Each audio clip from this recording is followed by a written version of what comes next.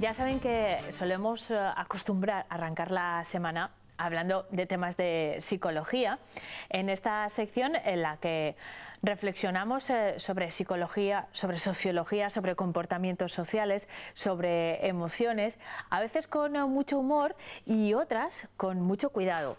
La de hoy es una de esas ocasiones en las que queremos abordar un tema que nos parece muy importante, pero queremos hacerlo con mucho cuidado y con delicadeza.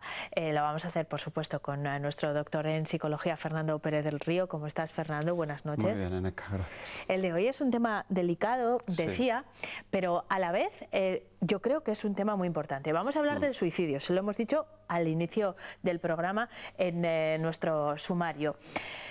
El suicidio es la primera causa de muerte entre los jóvenes de 18 a 25 años.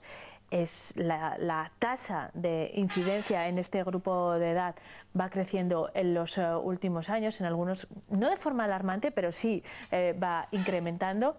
Y hay una especie de arma de doble filo al hablar de este tema. Por un lado, los datos y la importancia que tienen. Hace menos de un mes la ministra de Sanidad reunía especialistas relacionados con el suicidio, psiquiatras, psicólogos, analistas de muchos ámbitos, porque lo consideraban un problema de salud pública.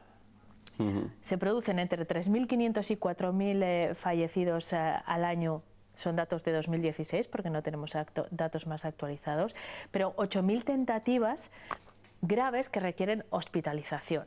Así que estamos ante un problema grave con estos datos, pero a la vez estamos ante un problema delicado que habitualmente no está en el foco, Fernando, por varios motivos. Por ejemplo, a nosotros en la Facultad de Periodismo siempre nos explican que los suicidios no son noticia porque puede haber un efecto llamada. Creo que se ha abierto también el debate periodístico sobre ese tema, a raíz de, por ejemplo, la serie Por 13 razones, o como ocurrió hace un montón de años con la novela Las penas del joven Werther. Ah, sí, Werther. ¿Existe ese efecto contagio o se ha analizado ese efecto contagio? Y sin embargo hay muchos esfuerzos por volver a poner en el foco este tema porque es un asunto grave. Bueno, con estas premisas lo coloco en la mesa. Bueno, veo que te has fundamentado muy bien, ¿eh? Has hecho una buena introducción, un marco. Yo creo que el hecho de que nos juntemos a hablar por este tema ya es el gran cambio. O sea, esto simple que estamos haciendo es un cambio enorme. Hemos pasado de, como bien explicabas, la psicología social explicó muy bien y lo tenía muy claro que sí que existía el contagio, ¿no? En los manicomios no se hablaba, en los sitios, esto era se tomaba como en secreto.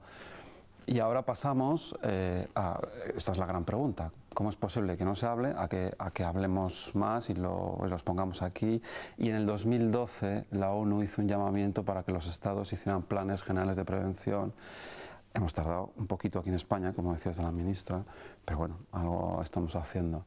El gran cambio, y ya voy al grano de esta cuestión, es que es el enfoque, es cómo se enfoca.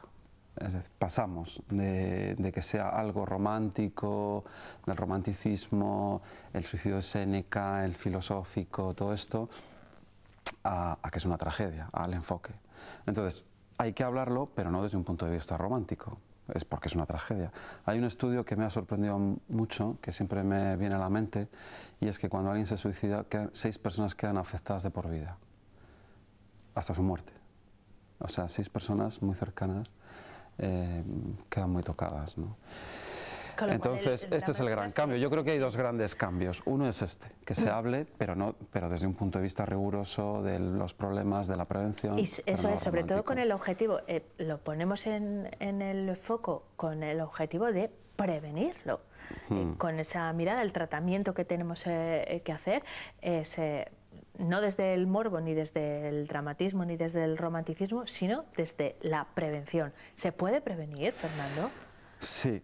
Después los planes, la eficacia no es tan grande como se cree, pero sí que se pueden hacer muchas cosas. Es decir, yo creo que los mejores planes son los globales y que todo el mundo afectado esté atento. Pongo algunos ejemplos, ¿no? Es que he leído diferentes estudios, pero más o menos entre un 40 y un 60 de los trabajos que he revisado dicen que antes del intento han estado el médico de cabecera y se lo han dicho, o han comentado estas cosas, ¿no? Es decir, había un mito que cuando alguien lo dice no lo hace. Pero bueno, esto es un mito, o sea, ya sabemos que es un mito y la gente tenemos que estar atenta, no solamente el sistema sanitario. Yo creo que este plan tenemos que estar todos muy atentos, los educadores sociales, los trabajadores sociales, los profesores que ven. Hace poco me entrevistaban del Economista, del periódico este, porque me preguntaban sobre los suicidios en adolescentes, en estudiantes, ¿no? Claro, si el plan solo fuera de lo sanitario no se podría prevenir muy bien. O sea, yo creo que todos los que estamos en este ámbito, también los medios de comunicación, tratarlo de otra forma, no insistir en las razones del que lo hace o del método, esas dos cosas habría que evitarlas, ¿no? Sino enfocarlo desde, pues que es una tragedia, ¿no? Yo que tendréis un debate vosotros también en este tema. Sí, yo creo que se está generando un debate en torno a cómo tratar esa información, igual que otros sucesos, ¿eh? Sí. Claro, el enfoque que escojamos es determinante a la hora de explicarlo. Fernando, nos decías que se puede prevenir. Detrás de un suicidio, bueno, hay una casuística muy amplia, sí. Pero hablamos de enfermedad mental, hablamos de depresión. Ya, bueno, yo creo que es el segundo gran cambio, ¿no? Yo creo que durante muchas décadas se ha enfocado este problema desde un punto de vista muy de enfermo mental, ¿no? El que hace esto, pues tiene una patología, depresión es la más frecuente, bipolar, drogadicción, las drogodependencias han sido muy importantes. Pero claro, también hemos visto y sabemos que lo social es importantísimo. Yo creo que este es otro cambio que ha forzado, que hay que resaltar. Es decir, y yo creo que también tiene que ver con la crisis. Sabemos que cuando una persona queda en el paro, el porcentaje de suicidio es más alto. Sabemos que cuando las vacas locas en Inglaterra se produjo y muchos granjeros quedaron en la ruina, hubo más intentos más suicidios, ¿no? La crisis financiera en Francia, las crisis económicas, sobre todo el desempleo, ¿no? Entonces, sabemos, por ejemplo, el informe a mí me llamó mucho la atención el informe que hicieron en Cataluña sobre los desahucios, que el porcentaje de ideación suicida se disparó, ¿no? Entonces, que lo social es muy importante. Entonces, ¿qué es lo que ocurre? No es solo de un punto de vista individual del enfermo, sino que es una cuestión social. Y esto es el segundo gran cambio, yo creo que hay que subrayar. Por ejemplo, hubo varios países que amortiguaron muy bien la crisis en cuanto a ayudas sociales. Si tú te quedas en el desempleo, pues te daban cobertura si tenías hijos, que está muy bien, ¿no? Bueno, seguro que habrá más, pero no llego a todo. He revisado estos dos casos, uno es de Austria y Suecia, ¿no?